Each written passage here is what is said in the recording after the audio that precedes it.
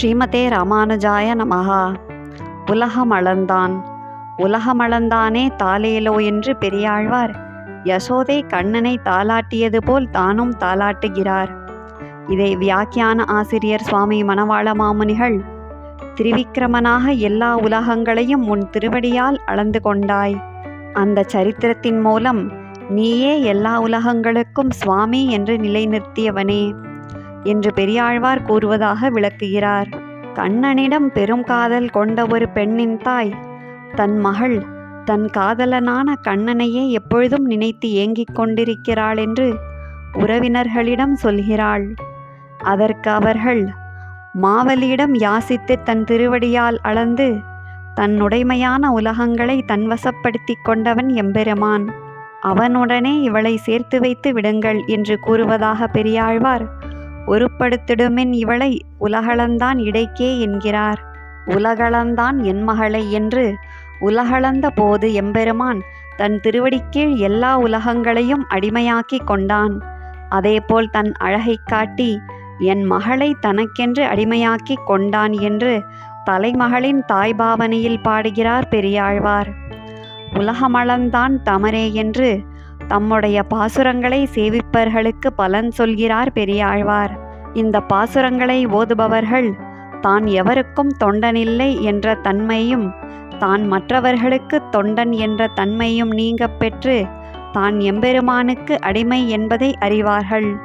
அதை அறிவிக்கும் சரித்திரத்தை கொண்ட உலகளந்த பெருமானுக்கு அடியார்கள் ஆவார்கள் என்கிறார். ஆண்டாள் எம்பெருமானிடம் குயிலை தூதுவிடும்போது குயிலிடம் உலகளந்தான் வரக்கூவாய் என்கிறாள். திரிவிக்கிரமனாக உலகளந்த போது தாழ்ந்தவர் உயர்ந்தவர் என்ற வேறுபாடு பாராமல் அனைவரையும் தன் திருவடிகளால் அணைத்தான். அந்த எம்பெருமான் என்னையும் வந்து அணைக்க வேண்டும், அதற்கேற்ப நீ கூவ வேண்டுமென்று குயிலிடம் வேண்டுகிறாள் என்று விளக்குகிறார் வியாக்கியான ஆசிரியர் சுவாமி பெரியவாச்சான் பிள்ளை. ஆண்டாள் எம்பெருமான் தன்னுடைய திருக்கையில் ஏந்தியிருக்கும் பாஞ்சசன்னியம் என்னும் சங்கிடம் உரையாடுகிறாள். எம்பெருமான் உன்னை தன் திருவாயில் வைத்து ஓதுகிறான், அதனால் உலகங்களையெல்லாம் அளந்து கொண்டவனான அவனுடைய வாயமுதமே உனக்கு உணவாக இருக்கிறது என்று உண்பது சொல்லில் உலகளந்தான் வாயமுதம் என்கிறாள். உலகளந்தான் என்று உயரக் கூவும் என்று தான் வளர்க்கும் கிளியை பற்றி கூறுகிறாள் ஆண்டாள். அவள் எம்பெருமானை சேரப்பெறாமல் துன்பப்படுகிறாள், அதனால் அவனை மறக்க நினைக்கிறாள். ஆனால் அவளுடைய கிளி உலகளந்தான் என்று அவன் திருநாமத்தை பெருவுலியுடன் கூவுகிறது என்கிறாள்.